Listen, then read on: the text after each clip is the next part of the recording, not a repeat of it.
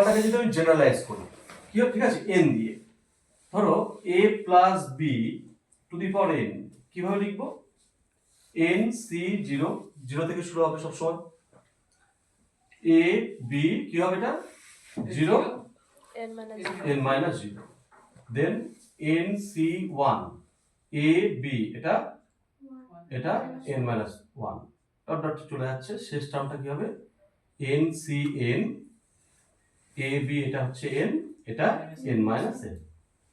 Clear? এবার দ্বিঘাতকদের আমাদের সবথেকে একটা ইম্পর্টেন্ট টার্ম শিখবো, সেটা হচ্ছে সাধারণ পদ। সাধারণ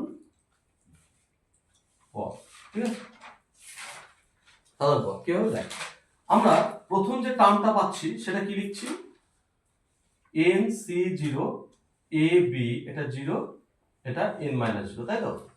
মিলটা খেয়াল করুন, টার্ম 2 তে n c 1 a b এটা 1 এটা n minus 1, টার্ম 3 তে n c 2 এটা a এটা b এটা 2 এটা n minus 2।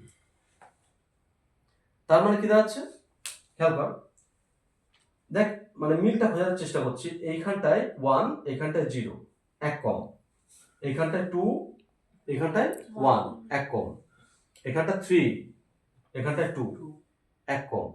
আমি যদি t4 টাও লিখি